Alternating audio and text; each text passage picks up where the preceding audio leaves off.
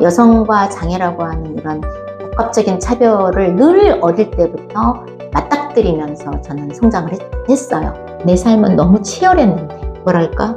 투쟁적인 삶이었다. 우리 사회에서 가장 취약한 사회적 약자들을 대변하는 활동, 검찰 독재, 윤석열 정권과 국민과의 이게 싸움이다. 국민을 거부하는 대통령을 국민이 거부해야 된다. 이 선거는.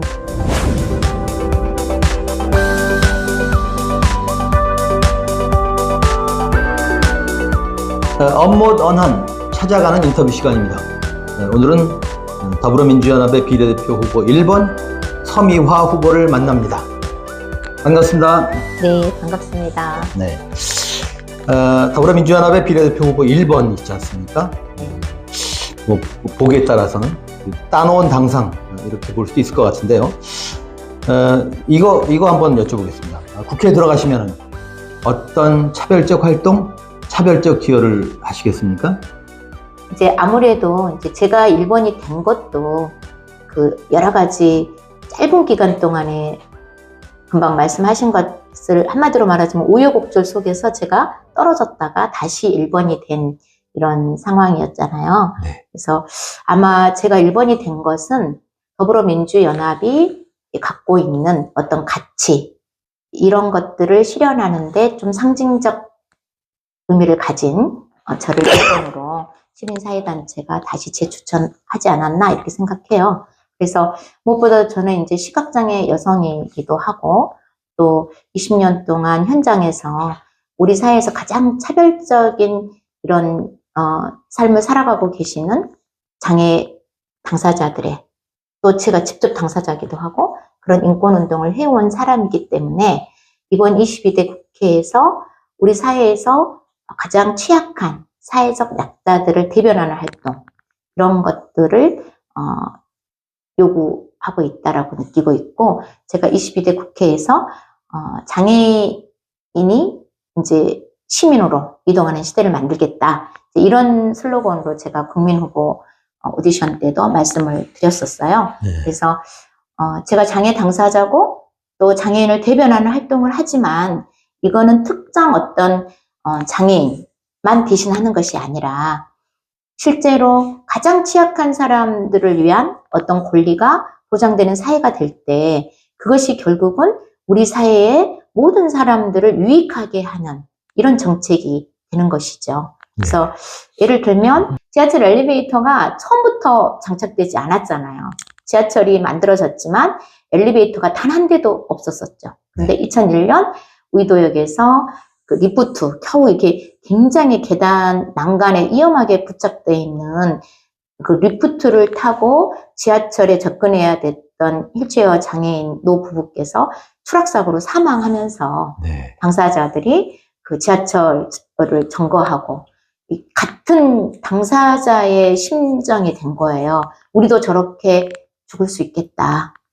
그렇다면 우리가 안전하게 이동하는 사회를 만들어야 되지 않겠냐. 이렇게 해서 치열하게 싸운 끝에 지하철에 엘리베이터가 이제 장착이 되기 시작했죠. 네. 그렇게 했을 때 엘리베이터가 만들어지니까 결국 이용하는 사람은 그것을 요구하고 치열하게 싸웠던 장애인들만 이용하는 게 아니고 우리 사회의 교통약자, 어르신들, 그다음에 아이들을 동반한 엄마들, 이런 분들이 모두가 또 바쁜 비장애인 또 다 타잖아요. 그렇죠. 그 엘리베이터를 이 사람만 타세요 하지 않잖아요. 네. 그런 것처럼 우리 사회의 가장 취약한 어떤 계층이 기준이 된다면 그 이상에겐 다 같이 사용되어지는 서비스를 만들어내는, 정책을 만들어내는 그런 것들이 되죠. 제가 네. 그래서 장애인을 기준으로 우리 사회의 가장 취약한 장애인, 노인, 또 혹시 여성, 뭐 성소수자 이런 분들을 기준으로 정책을 하는 것, 이것이 가장 저의 책무이고 1번으로서 요구되어지는 그런 활동이 아니겠나라고 생각합니다. 네. 그러니까 장애인 당사자이시지만 장애인뿐만 아니라 다른 사회적 약자, 사회적 소수자도 대변하고 싶다, 이런 말씀 얘기가 됩니다. 당연히 해야죠. 예. 네. 아까 이동권 얘기를 하셨습니다만은 네. 지금 투표소 문제들은 많이 해결이 됐습니까? 이 장애인들이 이제 투표소가 2층에 있다거나 그래서 사실상 투표가 어려운 상황도 좀 있지 않습니까? 이제 지금은 법적으로 사실 선거 관련할 때 접근성 문제, 물리적인 접근 문제를 사전에 이렇게 점검을 많이 하고 있어요. 지역에서도 하고 모니터링 하면서 이제 선거관리위원회에서도 요청이 들어오고 이제 아주 이제 많이 달라지고는 있지만 투표 용지에 대한 접근. 네. 예를 들면 발달장애인들이 접근하려면 그분들이 후보들을 이해하고 정당을 이해하는 투표용지가 돼야 되잖아요. 네. 그런데 모든 게 시각장애 관점에서 봤을 때 문자를 묵자라고 해요. 저희들은 점자, 묵자 이렇게 구분하듯이. 근데 묵자 투표용지인 거죠. 다 네. 문자로 된 거. 그림이나 사진 도구가 없는 거죠. 네. 그러니까 발달장애인들은 실제로 본인들이 직접적으로 자기가 원하는 후보를 선택해서 선거하는 이런 접근성은 아직 너무 안 되고 있는 실정이라고. 그러니까 물리적 제약은 많이 해소됐지만 네. 여전히 묵자 투표용지를 사용하기 때문에 네. 배려가 있다. 그런 말씀이시군요. 그런 것들이 필요하다는 거죠. 계속적으로. 더 정당한 권리인데 네. 어떤 장애인들은 전혀 접근조차 안 되는 여전히 아주 미흡한 이런 상황이라는 말씀 드립니다. 알겠습니다. 민주당 소속으로 목표 시의원을 지내셨습니다. 네. 그렇게 볼 때 정치 초보는 아니세요? 한 번 제가 4년 했고요. 네. 이제 벌써 2010년에서 14년, 10년을 쉬었기 때문에 초보 비슷합니다. 네. 국민 후보로서 22대 국회에서 시민사회를 대변 이제 하셔야 될 텐데요. 네. 이른바 연합정치. 네. 연합정치 통해서 무엇을 시도하시겠습니까? 나아가서 정치개혁도 좀 하시겠습니까? 2월 5일 이재명 대표께서 준연동형을 이제 선언하고 그 더불어민주연합이라고 하는 대연합전선의 비례 정당이 만들어진 거잖아요. 그렇죠. 그래서 예전에 없었던 것처럼 어떤 시민분들은 같은 유성정당 아니냐 이렇게 말씀하시는데 이제 제가 저나 이제 알고 있는 분들은 이 연합정당이 여러 정당들이 같이 소수정당들 그리고 시민사회 금방 앞에서도 말씀하셨던 것처럼 저는 어떤 정당의 추천이 아니라 시민사회단체가 추천된 국민 후보이잖아요. 네. 이제 이 연합전선을 꾸린 대의적인 이 목적이 이번 선거는 거대 야당과 여당과의 싸움이 아니고 사실 윤석열 정권, 검찰 독재 윤석열 정권과 국민과의 이게 싸움이다. 윤석열 정권을 심판하는 총선이 돼야 된다. 이런 관점에서 굉장히 중요한 의미를 갖고 있다고 보고요. 이제 제가 할 수 있는 정치 개혁은 뭐냐 이렇게 이제 질문하신 거죠. 네. 이제 개혁이라고 하는 이것이 지난 2년에 윤석열 정권이 들어서면서 우리 장애계에 있어서는 엄청난 탄압을 받았어요. 그 지하철 장애인 권리 보장을 위한 이제 시위가 시작이 됐는데 그 대통령 선거까지는 굉장히 호의적으로 뭐 정책을 하겠다 뭐 이렇게 하셨단 말이에요. 윤석열 쪽이나 윤석열 말을 바꿨군요. 그랬는데 끝나고 얼마 안 돼서 국민의힘 전 대표였던 이준석 대표가 이렇게 말을 했죠. 장애인 권리 보장을 위한 시위, 정당한 헌법에 명시되고 국제사회가 인정하고 있는 집회 시위에 대한 권리에 대해서 다수의 시민을 벌물어 이익을 추구하기 위한 불법 폭력 행위인 것처럼 발언을 했어요. 그 이후부터 사실 장애인들의 정당한 집회 시위의 권리가 혐오와 갈라치기로 바뀌기 시작했습니다. 구체적으로 실제로. 그 이전까지는 사실 집회 시위의 권리라는 것이 어떤 시민에게는 굉장히 불편함을 주는 구조가 다 만들어지잖아요.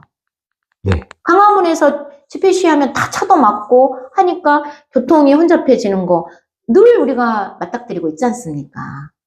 그런데 마치 장애인들의 권리 투쟁의 어떤 집회 시위가 불법 폭력 단체의 행동인 것처럼 낙인 찍고 끊임없이 혐오를 재생산하는 일을 했습니다. 이 정부가. 그것도 프레이밍이죠, 말하자면. 그렇죠. 프레임을 씌운 거죠. 사실 시민들이 불편했죠. 불편했지만 시민들은 참았어요. 정치인들이 그렇게 발언하기 전까지는 그렇게 혐오가 심각해지질 않았어요. 시민들이 아시는 거예요. 장애인들이 얼마나 평생을 이동하지 못하고 노동하지 못하고 교육받지 못해서 지금 이런 21세기 첨단을 달리는 대한민국 OECD 국가, 뭐 선진국가에 들어서고 이런 상황이지만 우리 장애인들은 우리 사회에서 가장 차별받는 계층이라는 걸 압니다.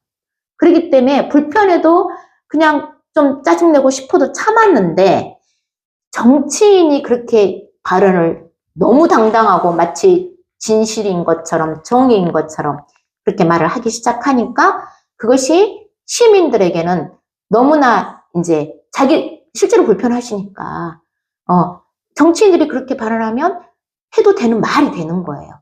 인식이 그렇게 되는 거죠. 그리고 정치가 그분들이 호소하는 장애인의 권리에 대해서 책임지는 정치를 해야 된다고 보는 거예요. 네. 그래서 저는 그렇게 개혁하는 것이 개혁이다라고 말하고 싶습니다. 네. 이준석 대표는 국힘을 떠났지만은 그 기조는 여전히 유지가 되고 있다 이렇게 보시는 건가요?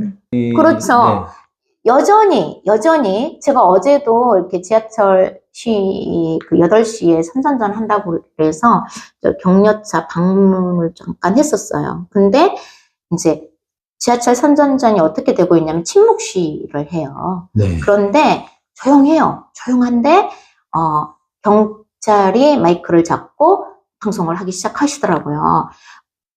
불법 폭력 무슨 특정 단체에게 퇴거를 명령한다 이렇게 막 한단 말이죠. 근데 그 말을 듣는데 너무나 이협적으로 들렸어요. 그 불법이라는 주장에 그 법적 근거가 있나요? 이제 거기 뭐 5개 무슨 정확한 법적 근거는 저는 인정할 수가 없다고 봐요. 집회 시위에 대한 권리에 대한 보장이 헌법에 명시되어 있고 네. 거기가 옥내라서 안 된다는 주장이라고 제가 어제 잠깐 들어보니까 5개에서 해야 되는데 근데 그 지하철 승강장 앞이 개인 옥내 뭐 이런 게 아니잖아요. 그렇죠. 공공시설물이잖아요. 서울교통공사 것도 아니잖아요. 그리고 이동권 요구니까 당연히 승강장에서 해야죠. 그렇죠. 이동권에 대한 그리고 굉장히 상징적이에요. 지하철은 이동권이 시작된 장소이기도 했고 그리고 그렇게 시작된 이동권이 사실 이동권이란 용어 자체가 국어사전에 없었어요. 우리나라 국어사전에. 네. 왜냐하면 비장애인들은 이동권이 권리라고 인식하지 못할 만큼 너무 당연하게 보장되고 있었기 그러네요. 때문에 예. 그런데 2001년 이후에 장애인의 이동권이 기본 권리인데 우리는 이동조차 할 수 없는 사회에 살고 있다. 이렇게 시위가 시작되면서 이동권이라는 용어가 2003년인가 국어사전에 등재된 신용어예요. 네. 그래서 정말 그 장소, 공간이 주는 그런 장소가 상징적인 그런 의미도 있고 또 어제는 비가 왔거든요. 그랬죠. 비 오는데 막 쫓아내면서 강제 퇴거시키면서 밖에 나가서 하라는 거예요. 네. 정말 너무 참담했어요. 네. 예. 그래서 이 정권 들어 뭐 서울시장도 하여튼 국힘 출신이고 뭐 무정차 통과도 하고 뭐 이런 일도 있었지 않습니까? 아직도 그러나요? 네. 무정차로 막 지나가고 또 최근 들어서는 강제 퇴거와 함께 강제 소환. 어제 보니까 퇴거를 막 명령하고 안 나가니까 이제 강제로 사람을 이렇게 사지를 들어가지고 그 입틈락 유사하게 끌어내는데 얼마 전에 그 휠체어 장애인을 이렇게 휠체어로 넘어뜨려서 사지 장애인한테 일어나라고 바닥에 주저앉으니까 일어나라고 하는 거예요. 너무나 장애에 대한 무지 그리고 너무 폭력적인 거죠. 그러니까 집회 시위에 대한 권리를 주장하는 장애인분들이 폭력적인 게 아니라 이 과정을 조금만 그 자리에 10분만 앉아 있으면 너무 잘 느껴져요. 이 공권력을 가진 경찰이 얼마나 폭력적으로 지금 장애 당사자들과 단체를 낙인 찍고 시비를 걸어요. 제가 봤을 때 시비를 걸고 그렇게 했고 일어나라고 하고 하다가 이제 또 뇌병변 장애인 같은 경우에 얼마 전에 이렇게 넘어뜨리니까 손이 이렇게 경련이 일어나잖아요. 네. 그러면 이렇게 그 가정에서 경찰을 이렇게 접촉을 하게 되잖아요. 네. 뺨을 맞았다. 그래서 영장 심사나 뭐 구속, 공무집행 방해 이렇게 해가지고 영장 실질 심사 이쯤 다 기각은 됐습니다만은 네. 이런 것들이 굉장히 그 언론을 통해서 어떤 특정 단체를 낙인 찍기 위한 아주 전략적인 강제 그 진압 이런 것들을 지금 반복하고 있다고 저는 보여집니다. 그러니까 시민사회와 분리, 시민사회부터 격리하는 그런 네, 폭력적 진압을 하는군요. 그렇습니다. 네. 그리고 이제 일단 시민들은 출근 시간 이런 게 복잡하잖아요. 어제 가보니까 정말 많은 분들이 이동을 하시더라고요.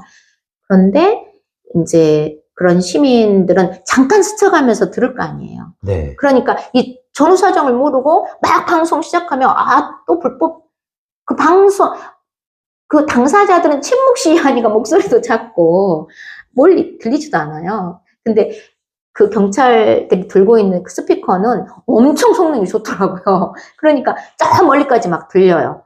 그러니까 보지 않고 마이크 소리, 스피커 소리만 들으면 막 장애인들이 불법 시위를 하고 있고 아주 폭력 행위를 하고 있구나 이렇게 전달이 되죠. 그렇네요. 네. 네. 그런 것도 이제 너무 억울해요. 촬영을 해서 그 시민들이 실상을 좀 알도록 할 필요 있겠다는 네, 생각입니다. 좀 촬영해 주세요. 예. 서 후보님, 네. 단도직입적으로 여쭤보겠습니다. 22대 국회에 들어가시면 반드시 네. 차별금지법을 제정하실 겁니까? 근데 차별금지법은 정말 우리 사회에 누구도 차별받지 않는 그런 사회를 만들기 위해서 꼭 필요한 법률이죠. 예. 근데 이제 잘 아시겠지만 차별금지법을 수없이 이렇게 시도하고 여러 21대 때도 그랬고요. 제가 국가인권위원회에도 있을 때 포괄적 차별금지법 평등법이라고 해서 이렇게 의견 표명도 하고 막 했었잖아요. 그런데 너무 다양하다기보다 굉장히 극단적 의견들을 갖고 있는 상충적인 내용의 또 법률이잖아요. 근데 정치라고 하는 것이 조정과 협의 이런 것들을 통한 합의를 이끌어내는 또 자리이기도 합니다. 그래서 제가 혼자 뭐 하겠다 하면 그게 만들어지는 법률은 아니라고 생각하기 때문에 끊임없이 안에 들어가서 같이 다른 의견을 가진 집단, 종교계 이런 분들과 끊임없이 논쟁이나 뭐 토론, 간담회 이런 것들을 같이 하는 22대 국회에 계시는 의원님들과 협의하고 논의하는 과정을 통해서 차별금지법 제정이 될 수 있도록 노력하는 이런 활동을 할 수 있겠다라는 말씀 드립니다. 근데 민주당이 180석 갖고도 못했지 않습니까? 너무 그 보수화됐다고 할까? 시민사회가 추천한 후보로서 이런 민주당을 좀 이 반대 방향 견인도 좀 하셔야 되는 거 아닙니까? 물론 저는 어떤 소신과 철학을 가지고 끊임없이 얘기하고 또 설득하고 이렇게 때로는 또 싸우기도 하고 이렇게 하면서 실제로 제가 견인을 하겠다 뭐 이런 결단이나 약속을 드리기는 쉽지 않아요. 이렇게 그 정글 사회 아닙니까? 잘 아시겠지만 제가 시의회에 있을 때도 처음에는 굉장히 장애 여성 이렇게 하니까 협조를 굉장히 잘해 주시더라고요. 근데 뭔가 입장을 명확하게 해가기 시작하니까 굉장히 힘들었어요. 그런 것들이. 근데 그런 것들이 사실은 경력이나 경험을 통한 무시할 수 없는 그 아우르고 조종하는 기술 또 진실성 그러면서 결국 목적을 향해 가는 이런 것들이 굉장히 필요한 자리이기 때문에 제가 일정 부분 내가 해야 된다면 일정 부분 내 입장에서 내 몫을 해내는 일을 하겠다 정도 말씀드릴 수 있겠습니다. 네. 네. 시각장애인 최초로 국가인권위원회 비상임위원 지내셨습니다. 네. 네. 당시 어떤 성과를 내셨나요? 국민 인권 보호 및 향상에 나름대로 어떤 기여를 했다고 생각하십니까? 제가 2020년 5월 1일자로 대통령 추천으로 인권위에 들어가서 23년 6월 29일까지 임기를 역임했어요. 근데 이제 2020년도에도 총선이 있었습니다. 네. 그때 저는 이제 주로 장애 당사자로서 장애인 차별금지 및 권리구제에 관한 법률에 근거한 장애차별 시정 소위원회 활동과 전원위 활동을 했었는데요.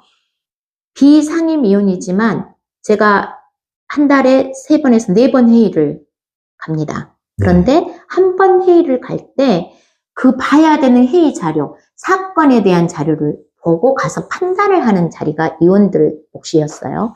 그래서 작게는 뭐 300~400페이지, 많으면 800페이지, 1500페이지 정도의 자료를 보고 가야 되는 회의더라고요. 네. 깜짝 놀랐어요. 그렇게 저 목포에서도 다녔잖아요. 네. 근데 그때 총선 때 딱 갔을 때 그 여러 가지 장애인 정치인의 비하 발언, 이게 차별 사건으로 진정이 많이 들어와 있었습니다. 네. 그런데 단 한 번도 국가인권위원회가 장애인 차별금지법이 2007년에 제정되면서 장애인 차별 시정 기구가 된 거잖아요. 네. 국가인권위원회가. 근데 한 5년이 지난 그 세월 동안 수많은 정치인들의 장애 비하 발언이 차별이다라고 느낀 피해자들이 진정을 냈지만 단 한 번도 인용이 안 됐었어요. 근데 그 이유가 장애인들의 정치 비하 발언은 어떤 특정인을 놓고 비하하지 않아요. 네.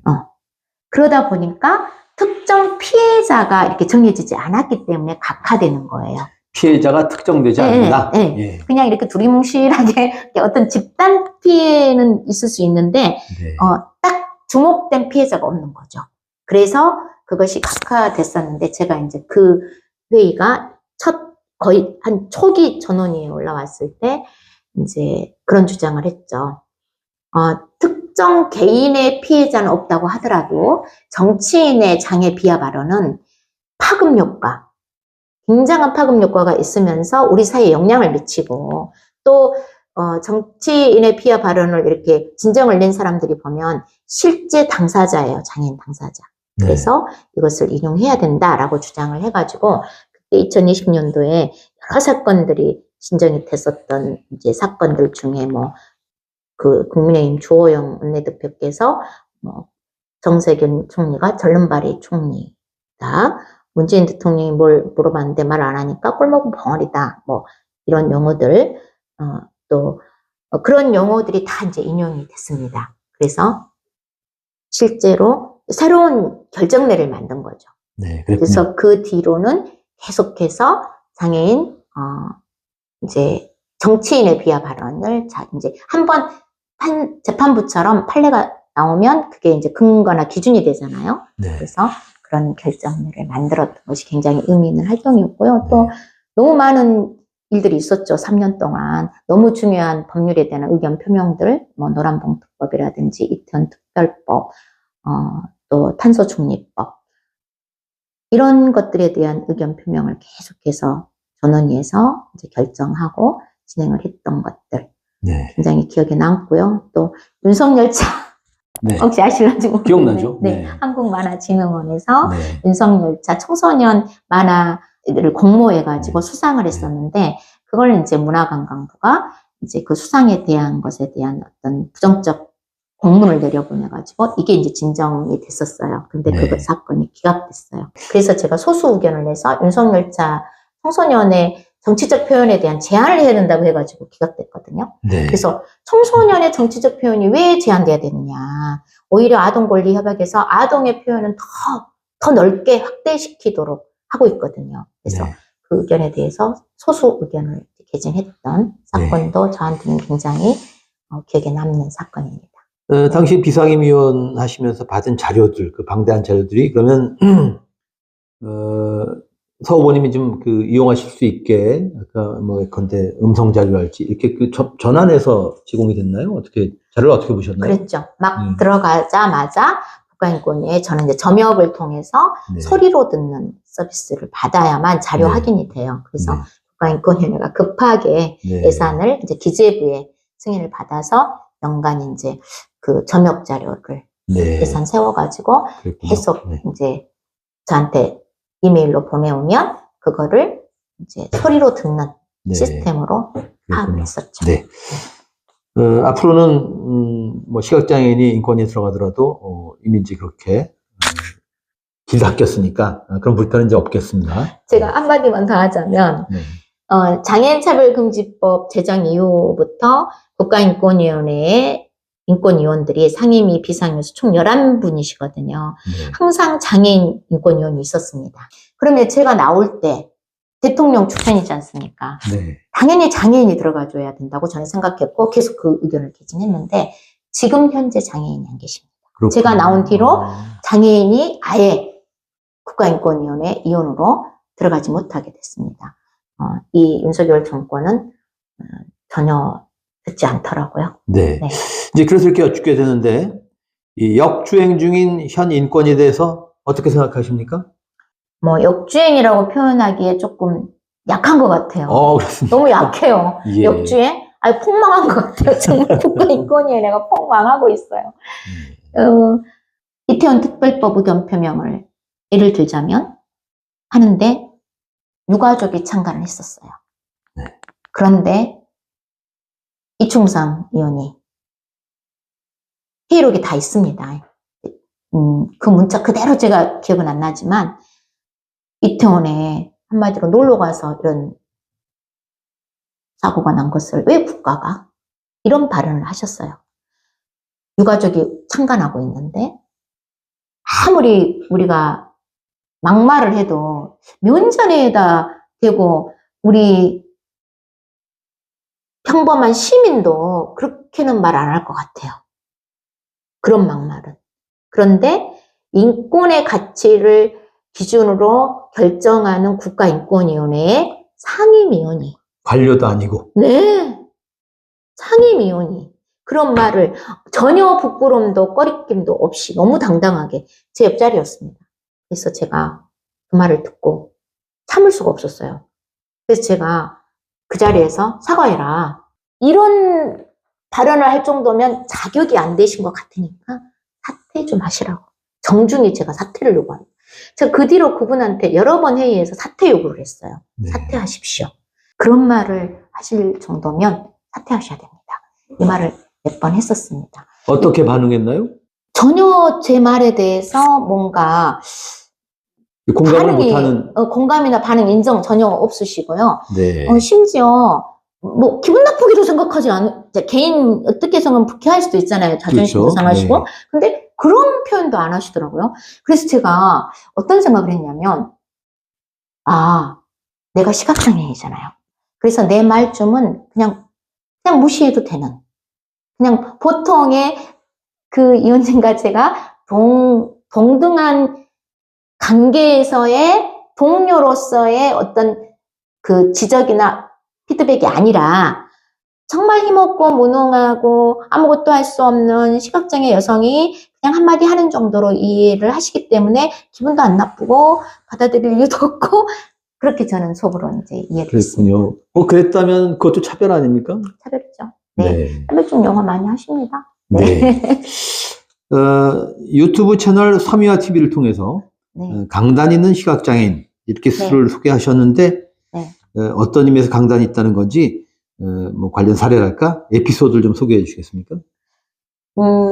제가 이제 강단 있는 이제 서미화 이렇게 이제 하신 거 보신 것 같은데 여성과 장애라고 하는 이런 복합적인 차별을 늘 어릴 때부터 맞닥뜨리면서 저는 성장을 했어요.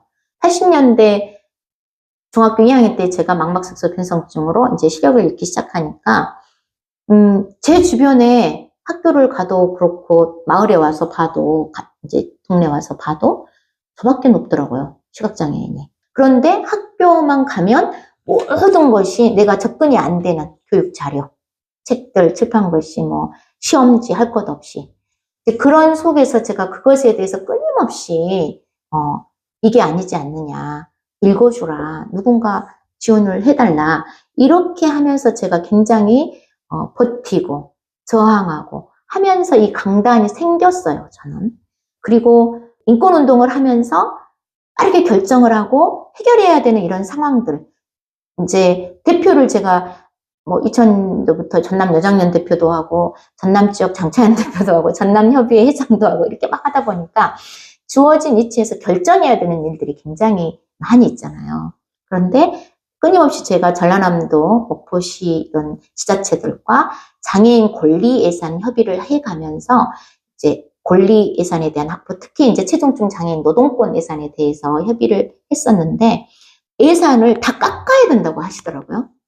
증액을 시킬 수가 없대요. 그래도 확장했다. 다른 건 다 깎아도 이건 깎으면 안 되고 늘려야 됩니다. 이렇게 하겠는데 도저히 안 된다 그래서 10월 13일 전국체전 개막식 날 전국체전 장소에 대규모 집회 신고를 했어요. 네. 그 집회 신고와 함께 제가 목포, 전남도 수많은 공공기관으로부터 이제 욕이란 욕을 이제 경찰부터 뭐 엄청 들었죠. 근데 이제 저는 그렇게 누군가 그렇게 말을 하더라고요.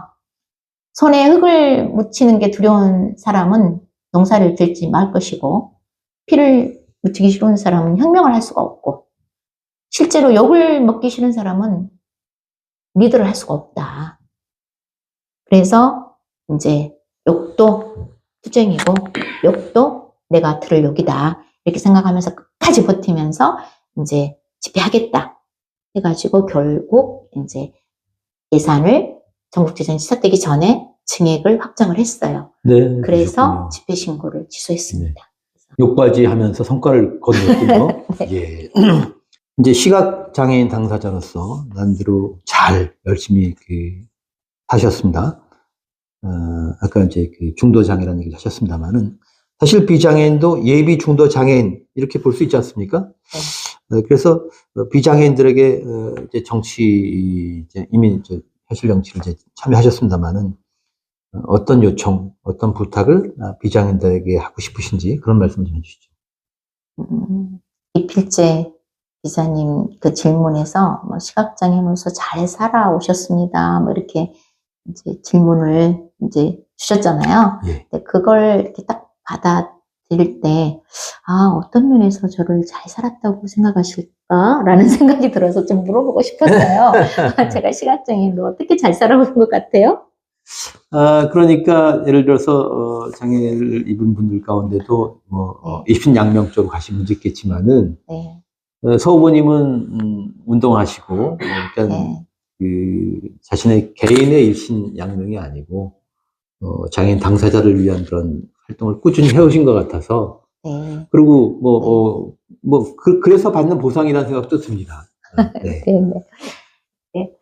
네. 사실 저는 이제 시각장애를 어릴 적에 갖게 되기 시작하면서부터 내 삶은 너무 험했다, 정말. 그리고 늘 차별의 현장에서 차별과 맞닥뜨려야 되는 그런 현실을 접하면서 정말 할 게 없어 인권운동을 한 거예요. 역으로 말하면 아무것도 할 수 없는 상황에서 한 가지 그것밖에 할 수 없었던 삶이었던 거죠.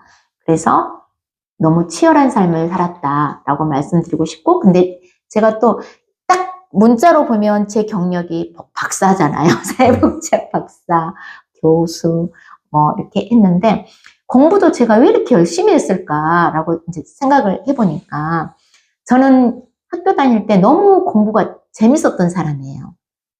공부가 재밌고 독서를 굉장히 좋아했고 어릴 적부터. 그런데 시각장애가 딱 된 순간부터 내가 하고 싶었던 공부, 책 읽는 게 안 되는 거잖아요. 네. 그런데 어떤 지원도, 제도도 없는 학교 현장에 내가 늘 홀로 서 있었던. 너무 슬퍼요, 정말. 근데 그게 한이 된 것 같아요. 난 너무 공부하고 싶었는데 학력고사를 제가 85년 11월 20일 날 죄송합니다. 아니 천만에요. 네. 85년 학력고사 세대예요, 제가. 근데 예. 11월 20일 잊지도 않아, 그날을. 근데 우리 사회가 얼마나 학력 위주 사회입니까? 정말 대학을 안 가면 아무것도 할 수 없을 것 같은 이런 학력 위주 사회에서 그래도 내가 안 보이지만 대학을 가서 대학 졸업하면 뭔가 할 수 있지 않을까? 이 희망을 갖고 중학교, 고등학교 시절 안 보이지만 들으면서 아무도 제도적으로는 안 해주니까 동량 공부를 한 거예요. 사정하면서 선생님들, 친구들 붙잡고 녹음시켜달라, 읽어달라 막 이렇게 해가지고 공부를 했는데 그 11월 20일 날 학력고사를 보러 갔더니 이제 우리 담임선생님께서 그 약시고사, 연합고사는 제가 볼 수 없어서 지방고등학교를 선택을 했죠. 연합고사는 시험지를 읽어주거나 이럴 수가 없는 시대였어요. 제가 통합교육에 있는 학생으로서는. 그래서 이제 고3 때 선생님께서 어찌 알아보니까 약시고사가 있다고 하더라 해가지고 교육청에 약시고사 신청을 해서 그때부터 제가 뉴스에 나오기 시작했습니다. 전남 지역 최초로 약시고사를 혼자 이렇게 보게 된 거예요. 근데 보러 갔더니 시험지가 전지만 하더라고요, 정말. 전지만은 시험지가 나왔어요. 근데 답안지가 OMR. 네. OMR 답안지 이렇게 사인펜으로 컴퓨터 용지가 나온 거예요. 그래서 제가 나 혼자 보고 감독은 4명이 들어왔어요. 저를 감독하는 2명과 장학사라고 하시더라고요. 감독을 감독하는 감독. 근데 제가 답안지 작성을 못하고 앉아있는데 그 4분 중에 누구도 어떻게 해야 된다라는 생각을 못 하시는 거예요. 교육청이 절대 감독만 하라고 했다는 거죠. 그래서 1교시 내내 그 4분 선생님들과 싸우고 누군가 앉아서 해야 되지 않겠냐 했지만 1교시는 그대로 이제 답안지 작성을 못했고 쉬는 시간에 나가서 다시 교육청하고 회의하고 오셔서 2교시 때부터 앉아서 제 답안지를 한 분이 이렇게 이제 작성을 하는 이런 상황이 됐어요. 근데 제가 그렇게 치열하게 그렇게 살았지만 결국 국가가 제도가 기본적인 권리를 알지도 못하고 어떻게 보장해야 되지도 그때는 문교부였습니다. 이게 1교시는 사실상 그럼 결시가 된 거예요? 아니 답안지 작성을 못하니까 이제 아무런 점수를 나타낼 수 완전히 1교시는 망친 거죠. 네. 그렇게 해서 제가 대학을 가고 뭐 이렇게 했는데 뭐 대학을 갈 수가 없는 점수가 나온 거죠. 네. 근데 매번 그래서 편입을 하고 이렇게 하면서 우여곡절 속에서 대학을 다녔고 그렇게 하면서 박사도 8년에 걸쳐서 제가 논문을 썼어요. 5년 동안은 순 자료를 텍스트로 전환시키는 일을 한 겁니다. 네. 그래서 정말 제가 치열하게 살았다. 차별받으면서 너무나 하고 싶었던 공부를 내가 할 수 없었던. 그래서 끝까지 나는 그래도 어떤 조금씩 나아지는 시스템이나 이런 속에서 끝까지 공부를 했던 그런 사람으로서 잘 살았다라는 말보다는 나는 너무 치열하게 살았다.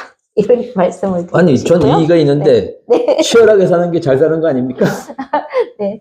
그런 기준에서 하셨다 그러면 동의하고요. 또 시민들에게 부탁하고 싶은 거 말씀하셨죠. 네, 그렇죠. 네. 사실 장애인들이 늘 부탁하면서 늘 부탁하고 사정하고 살았어요, 저는. 근데 이것도 너무 속상한 거예요. 왜 장애인은 너무나 당연한 권리가 국가가 보장해줘야 되는데 왜 개인적으로 해결하면서 사적인 문제인 것처럼 늘 부탁하고 사정해야 되는가. 너무 이게 차별적인 사회다. 그래서 비장애인 중심 사회에서 우리 장애인들의 이 삶이라는 건 너무 차별적인 사회 환경에 있다. 그래서 사실 시민들에게 부탁할 일은 없어야죠.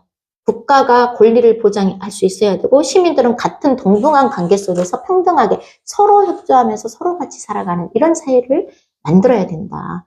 장애인이기 때문에 특별히 뭐 국가가 이런 차원이 아니라 장애인이 시민으로 이동하고 교육받고 노동하는 시대, 이런 시대를 만드는 정치, 그런 정치를 해보려고 합니다. 알겠습니다. 자, 이제 총선이 코앞입니다. 네. 이번 총선의 의미를 나름대로는 어떻게 규정하십니까? 검찰 독재 윤석열 정권이 들어선 지 2년밖에 안 됐어요. 그런데 저는 20년이 된 것 같아요. 그래서 더 이상 퇴행하고 있는 민생은 파탄되고 민주주의는 완전히 퇴보하고 사회적 약자들은 더욱더 양극화로 인한 사회적 불평등으로 고통받는 이 대한민국을 빠르게 다시 되돌려야 나야 되는 선거라고 봅니다. 그래서 반드시 윤석열 정권, 검찰 독재, 혐오 갈라치기 윤석열 정권을 심판하는 선거가 돼야 된다.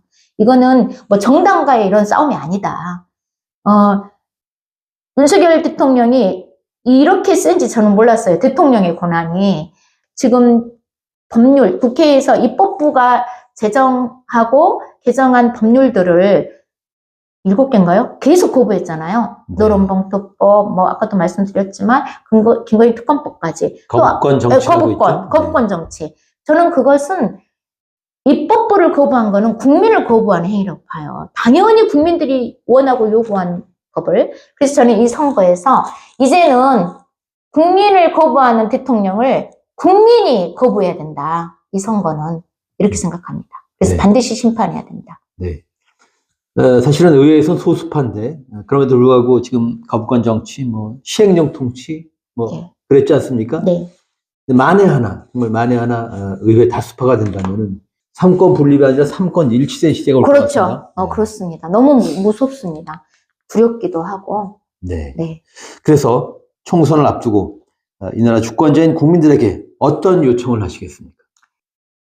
더불어민주연합의 출연이 좀 늦었기도 했고, 그래서 많이 안 알려졌습니다. 더불어민주연합이. 그런데 더불어민주연합의 다양한 진보 진영의 그 활동가들, 그리고 시민사회단체에서 활동을 했던 저와 같은 그런 현장 활동가들, 전문가들, 그리고 한국 사회에 굉장히 현재 문제되고 있는 애교 전문가, 또 뭐 출산 문제, 교육의 문제, 이런 전문가들이 딱 배치가 돼 있습니다. 그래서 국민 여러분들께서 면밀하게 후보들을 좀 살펴주셔서 더불어민주연합 부분에 있어서 좀 국민 여러분들께서 함께 해주는 이런 선택을 통해서 반드시 이 선거 이 정권과 집권 여당의 무도한 이 폭력적인 이런 상황을 반드시 멈추게 하는 이런 선거가 될 수 있도록 소중한 한 표 꼭 현명하게 선택해 주시기를 부탁드립니다. 네. 이 팀빌딩은 좀 늦었지만 드림팀입니까? 네, 드림팀입니다. 네. 업무동안 찾아간 인터뷰. 오늘은 더불어민주연합 비례대표 후보 1번 서미화 후보를 만났습니다. 고맙습니다. 네, 감사합니다.